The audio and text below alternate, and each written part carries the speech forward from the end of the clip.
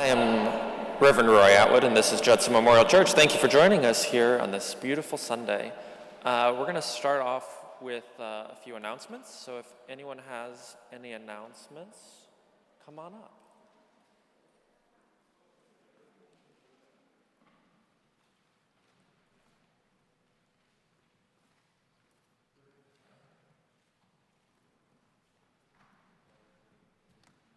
Good morning, Judson.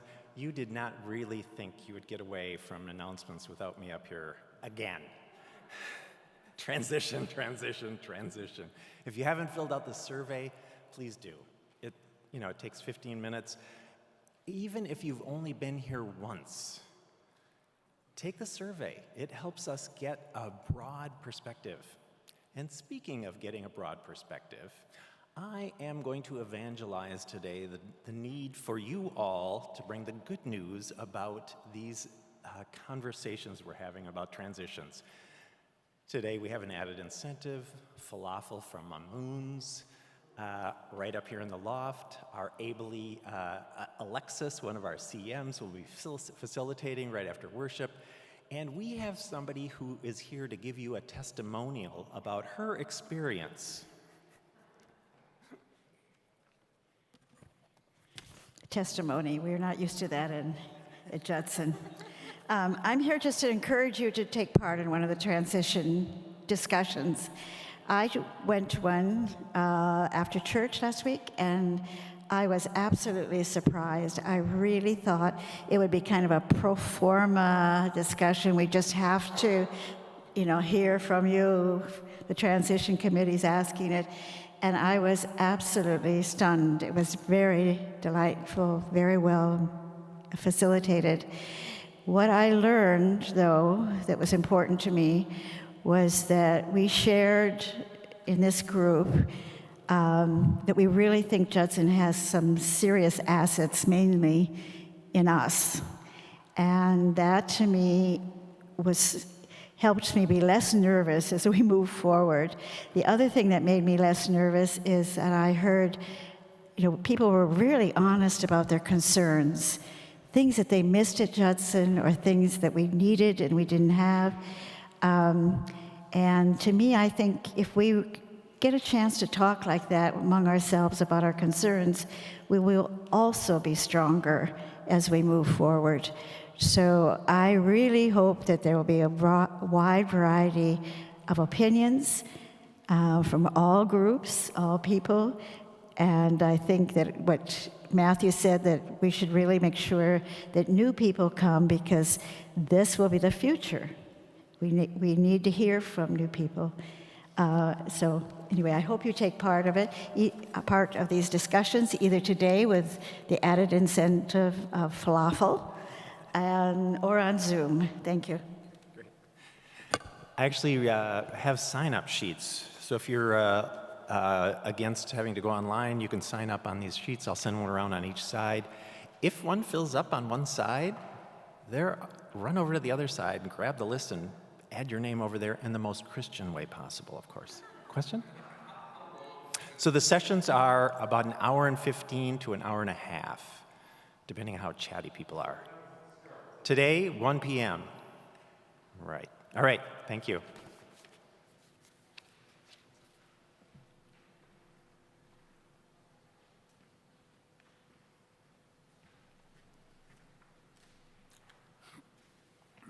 Hi, I'm Alan Hunter, and I wanted to say something about Micah's tiny book of prayers. And since I'm not such a prayerful person, I tend to think of them as kind of invocations to think seriously about self, others, the world, with generosity and also resistance. It's pretty clear to me that this was written during a year in which he knew he wasn't feeling so great about himself and the world, and the rest of those who read it weren't feeling so great. I would love to know what his book of prayers would look like if he was feeling incredibly optimistic about things.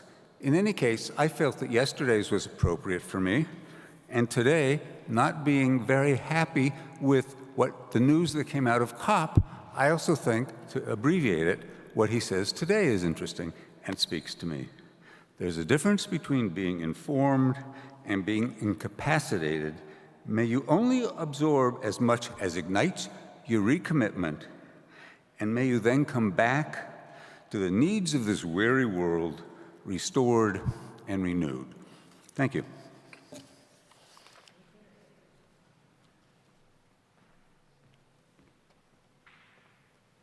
Good morning. My name is Michael Kane, and I'm here as chair of the reopening group. We have a major transition today. We're talking about transitions, and that we're bringing coffee hour back inside for the first time since we've reopened. To go along with that, we have a couple of requests to help preserve the health of the community.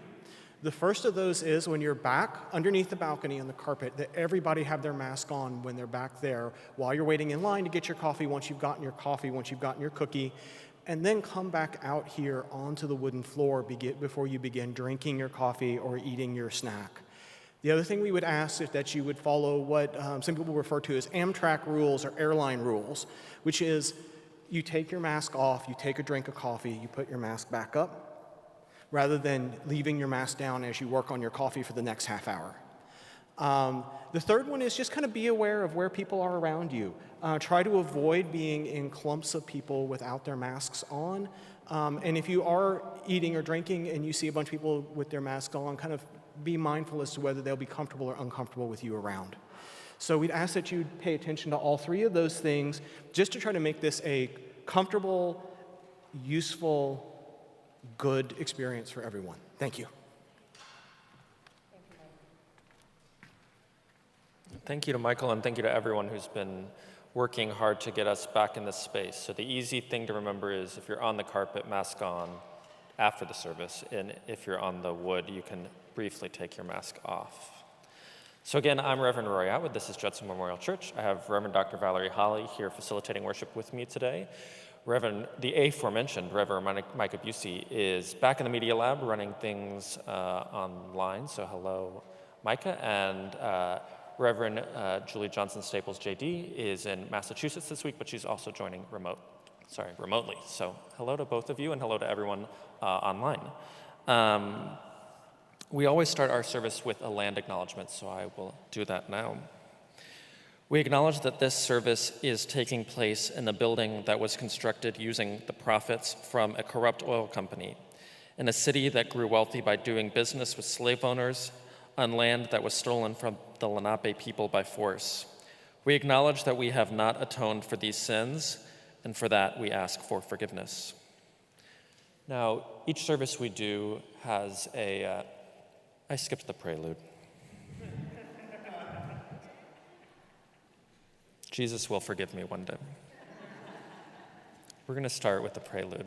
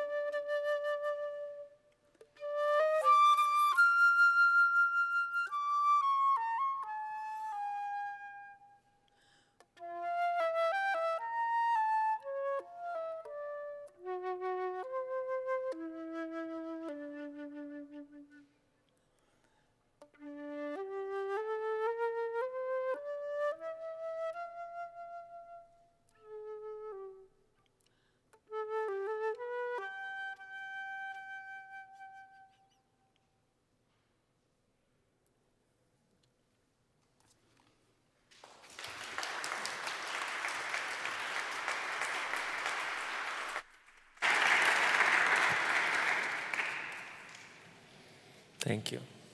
That was the light from the Pied Piper, and the theme of today's service is light, so you'll see that running throughout the service. Our call to worship is adopted from a liturgy by Tom M. Schumann. The word of light spoke, offering renewal. The word of light reached out to provide the hope which heals us. The word of light walked out of death's tomb so that we could follow it into life. And now if you'll go back to your childhood self, your VBS days, if that was part of your heritage, and we're going to start our opening song, This Little Light of Mine. If you'll rise if you're able.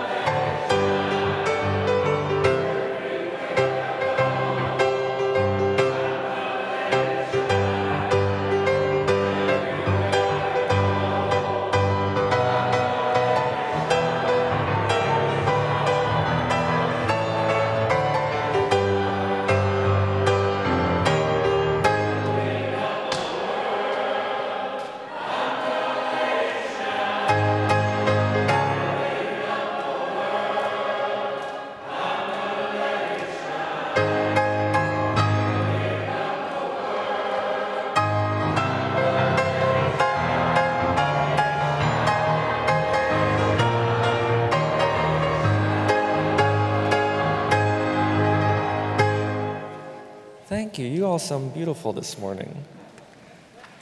Now we're going to have a couple of our community ministers read our ancient and modern testimonies.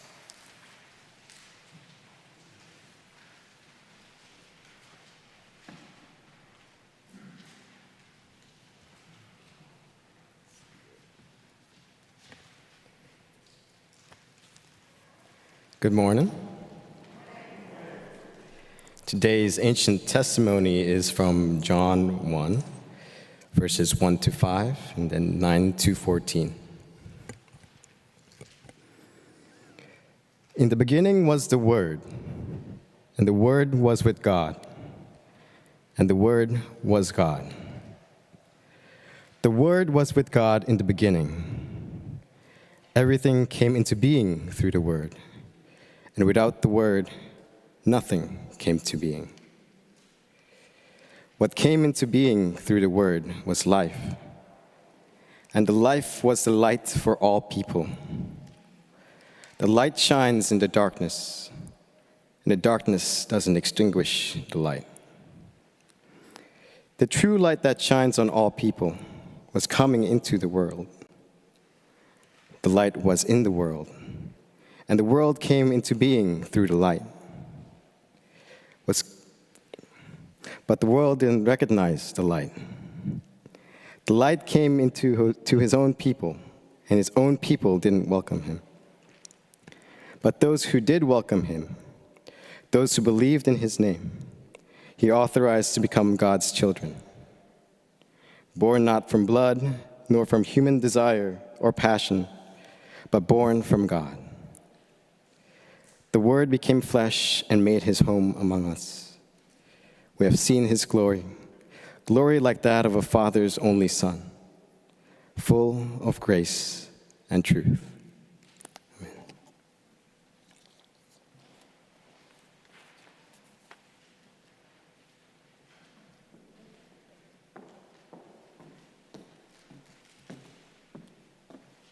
Hello. Our modern testimony is Choose Something Like a Star by Robert Frost.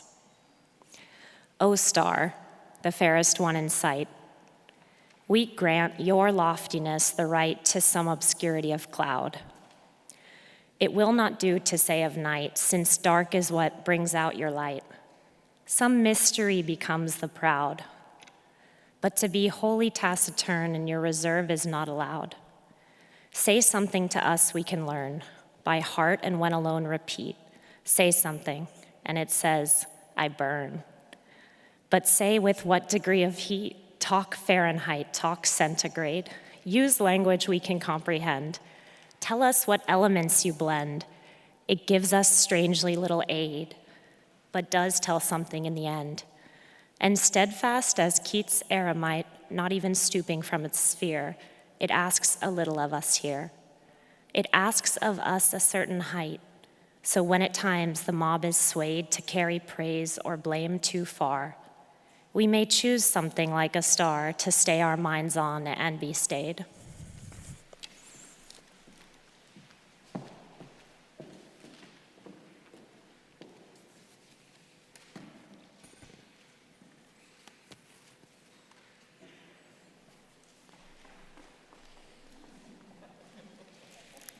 Now you're just trying to mess with me.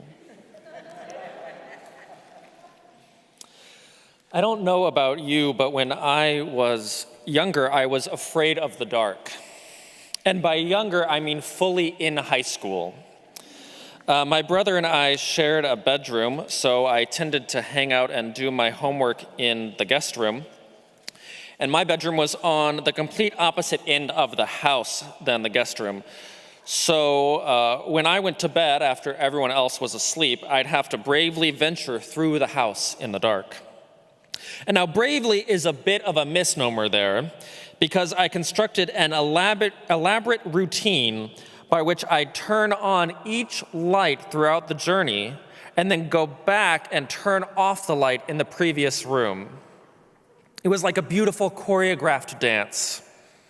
I'd turn on the light by the stairs and then retreat to the guest room to turn off that light. Go up the stairs and turn on the light in the game room. Go back into the hallway and turn off the light by the stairs. Go into the next hallway to turn on that light, then turn off the light in the game room. And finally, I'd make it to my bedroom and turn off the light in the hallway. Every night that I went to bed when the house was dark, I'd do the exact same routine. And looking back, I'm not quite sure what I thought would happen to me on the way from one end of the house to the other. I just know that I wanted to be able to see it whenever it happened.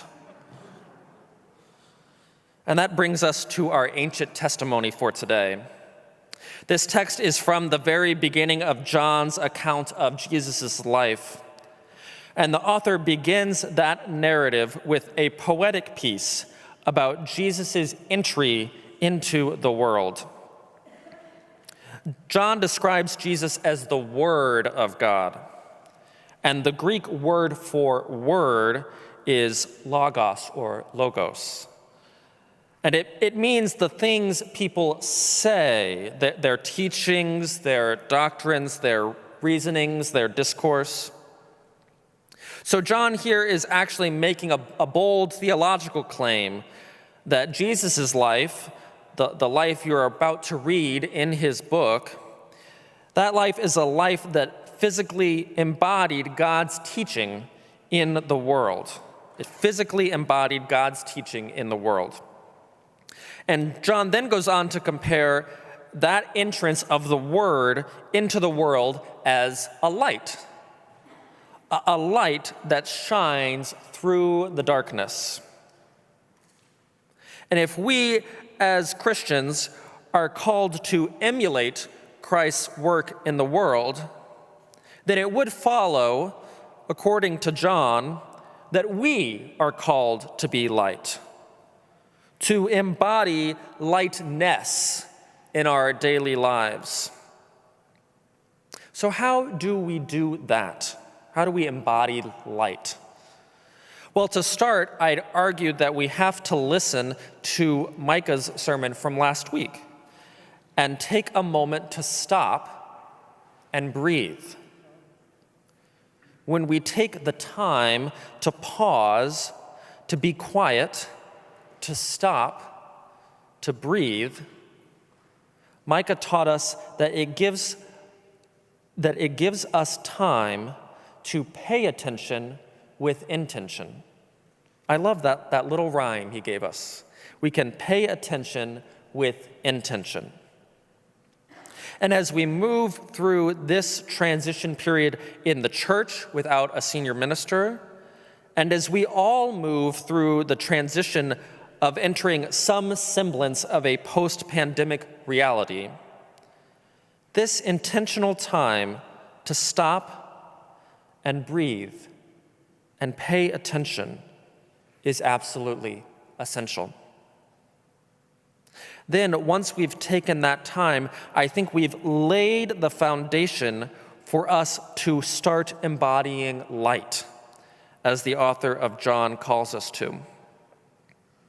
When we've given ourselves the ability and the time to relax and reflect, we make space to move forward in new, enlightened ways. Yet if we're going to start living these enlightened lives, it begs the question, what does light do? If we're going to be light in the world, how do we do that? I'm glad you've asked. I've got 4 ways. First, light illuminates. We see this in the ancient testimony text where John describes light as coming into the darkness. Once the light is present, we can see what's in front of us. It's why I turned on all those lights to go to bed as a kid. When the lights are on, we see all sorts of things that we may not have seen before.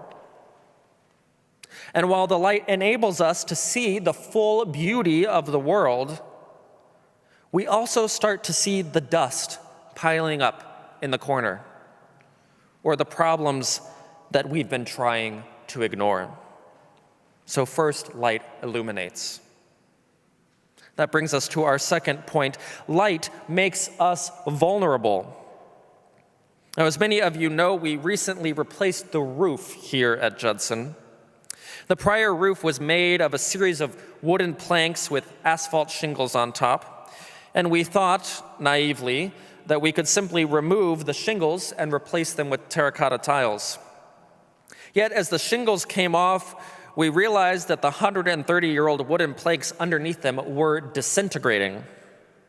You could reach down and peel off a piece of wood like it was a part of a flaky pastry or something. So the only solution was to remove all of the wood and leave the entire attic covered by a clear tarp until it could be replaced. And to be honest, the attic looked beautiful without that roof, with the sunlight beaming in between the few large wooden beams that remained. Yet, as you'd imagine, there's a reason why they don't make roofs out of clear tarps. Every time it rained, we'd find new holes in the tarp, and water would start to drip down all the way onto this floor. We'd opened ourselves up and let the light in, but we had made ourselves vulnerable in the process. This is exactly what happens when you remove the barriers to introspection. It's why so many of us avoid going to therapy, because you're going to start shining a light on what you've been keeping hidden. And it's not a comfortable process for institutions to go through either. The last thing we want to realize as a church is that we haven't been supporting people or programs as we should have. But that sort of reflection is what we need to move forward. And it's exactly what happens when you start to live in the light. It makes you vulnerable. Now, despite all of this emotional turbulence, what we learn from our modern testimony is the third feature of light. It remains steady. In Frost's poem, we find the narrator begging a star to teach us how it maintains its brilliance. The star refuses to answer, saying only, "I burn." The narrator continues to entreat, "Yes, but how hot and with what elements?" The star doesn't answer. So what are we to learn then? Frost asks us to notice the star's behavior, that the star never stoops from its sphere. It always maintains its loftiness and never gets dragged down into the muck. And in the same way, the star doesn't flit anxiously from one concern to another, but it remains staid and steady. So as we illuminate our vulnerabilities, may we also keep ourselves calm, cool, and collected. Finally, as we all know, light generates growth. Light is an essential element of life for our world's plants and animals. As the greenery in my first-floor apartment can attest, it's fairly hard to grow when you don't get a steady stream of daylight. So growth is the ultimate outcome when we start to embody the light. We learn more about our weaknesses, we discern our strengths, we identify our shortcomings, and we start to see a path forward and a better future. So as we go about our lives this week and move through the world's transitions, may we illuminate the darkness, shine a light on our vulnerabilities, maintain a calm steadiness, and begin a process of growth. May we be God's light in the world, and may we choose something like a star. Amen. Our response in song is a favorite of mine. Emma and I were talking about our Methodist roots, that we know this hymn. It may be unfamiliar to you, but the choir practiced it before the service. So just listen around and you'll hear someone singing the tune. It's "We Are Called." If you'll stand if you're able. Thank you.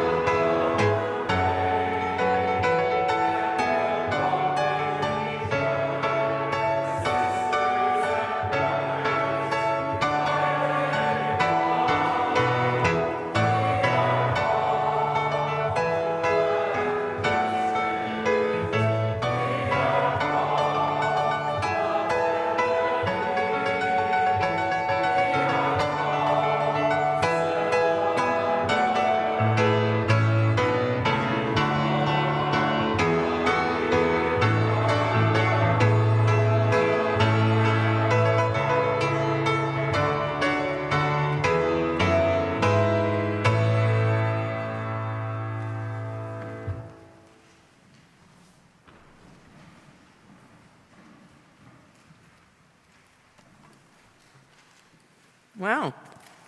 We are called. Well, Hinko and Roy, my Protestant roots, never knew this song, and I love it. I love it. We are called. I'm called up here to talk about doing the prayer, the heart of the community. And I want us to help me with the prayer from the place of we are called to help people, to love ourselves and our neighbors. We are called collectively. That's what I love the most about this song. There was no I in this song. It was all a we. We are called. And I like the direction of it. It was action. We. So we will pray from that song. If you need to take a look at the words again, look at it real quickly, because that's what I'm praying about. We called. Join me if you would like, and if you don't, that's all good too. Mother, Father, everything God.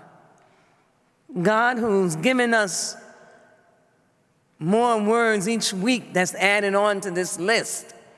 Now we've added light. The Reverend Roy Atwood, God has given us the word light and has given us some objectives of what light can mean in terms of illuminating and vulnerability and steadiness, which is consistency. And then he gave us growth. And God, all of it comes from you. So we thank you right now with allowing us to understand that although the Reverend Atwood spoke, it was a we message. And we thank you for the message as well as the messenger that you utilized today, Lord, to let us understand what we are called to do. We thank you right now for the message of what we are called to love and to use light to let us know that you're there with us in all of it, in all of the illuminating, in all of the vulnerability, in all of the steadiness, the consistency, and in all of it which brings about growth. We thank you for growth today, God. Even if the growth is simply that we made it to church today. And for that, we're grateful. We thank you for the coffee hour that's going to be inside today. We thank you for our folks that's on the Zoom. We thank you for our reverends who are in other aspects of the service today, because you said you'll be with them and you'll be with Roy and I today as well. And the rest of us, we are called. We ask you, God, to be wherever people need you to be right now as the heart of the community. Thank you, Lord. Thank you. And thank you. Amen.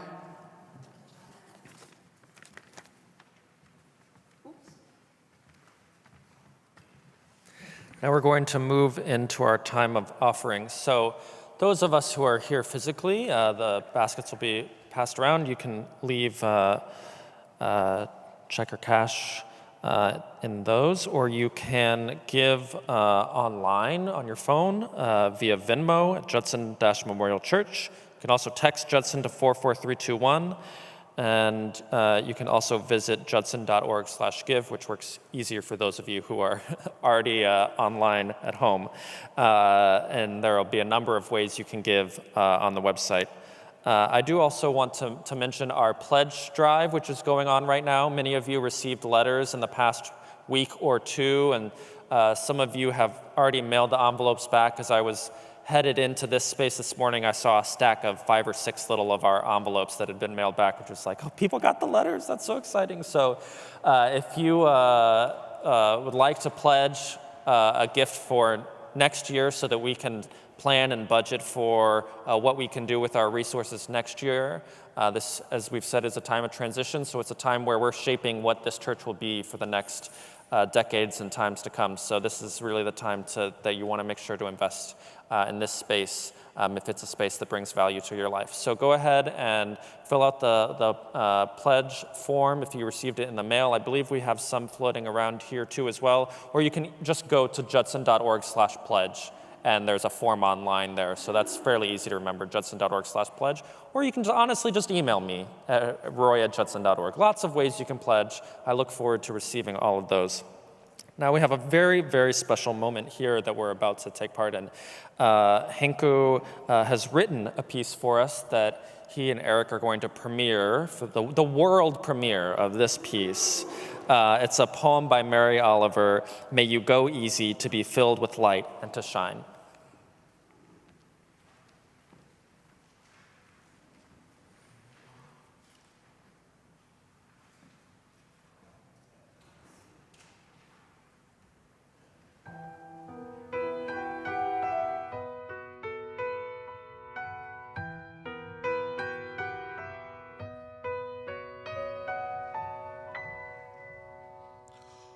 When I am among the trees, especially where willows and the honey locust, equally the beech, the oaks, and the pines, they give off such hints to gladness. I would almost say that they save me and daily.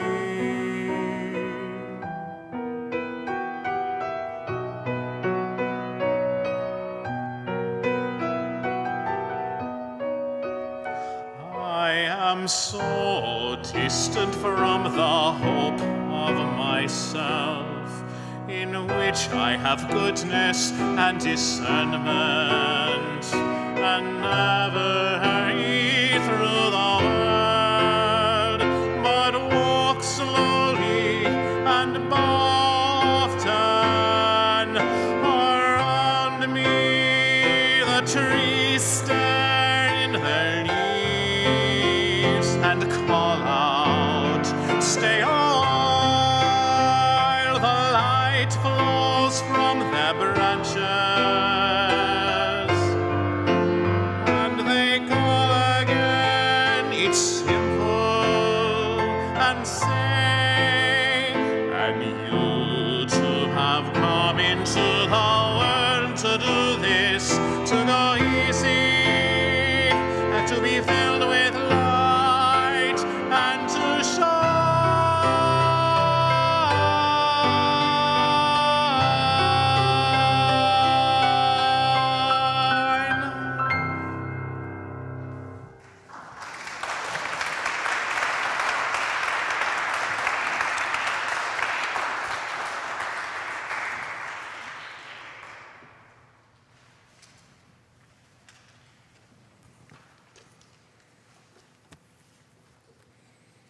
Hear now this benediction. May we go from this space and bring God's light into the world, into our community, and into our own souls. Our closing song today, I emailed Hinku and said, "Would this work as a congregational song?" And he basically said, "Maybe." So we're gonna find out together. And remember, we're gonna have our moment of celebrations and concerns after the song, after we turn off the cameras, so that we can have it as a private moment just between us friends. So don't get up after the song and run to get your coffee. I know we're all excited, but we're gonna have that moment after the song. So our closing song is Aquarius, "Let the Sun Shine In." Stand if you're able.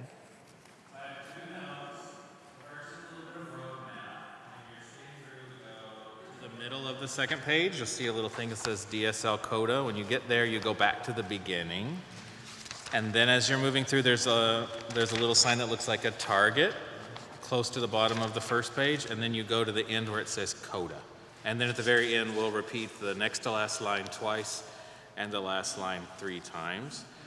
So that's a lot. The other note is Hanku didn't know if anyone here would know this song, so he asked me to lead it. So I invite you to prove him wrong and make me completely superfluous. Thank you.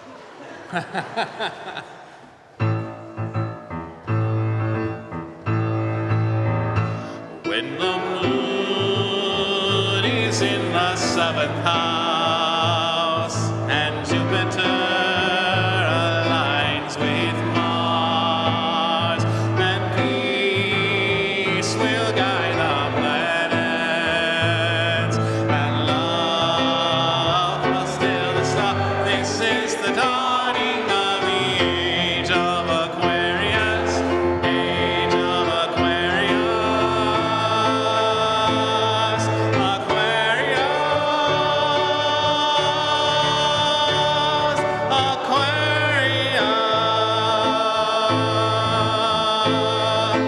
harmony and understanding, sympathy and trust abounding.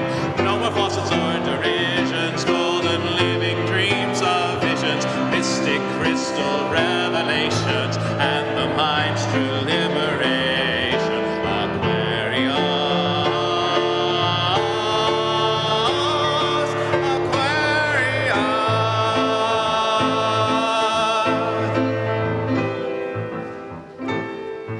Back to the beginning. When the moon is in the 7th house and Jupiter aligns with Mars, then peace will guide our planets, and love will still the stars. This is the dawning of the age of Aquarius, age of Aquarius, Aquarius, Aquarius. To meet the tail. Aquarius, Aquarius. When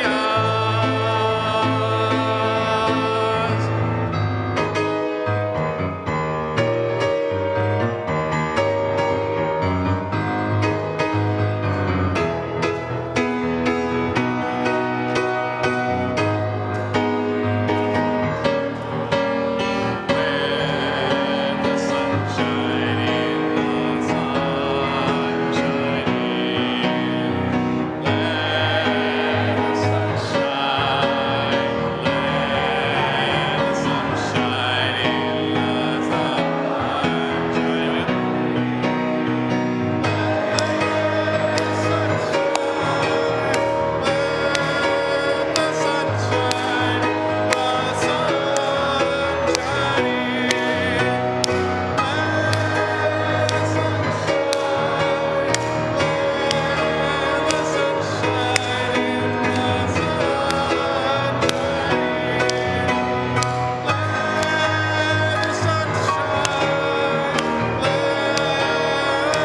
shine, let the sun shine.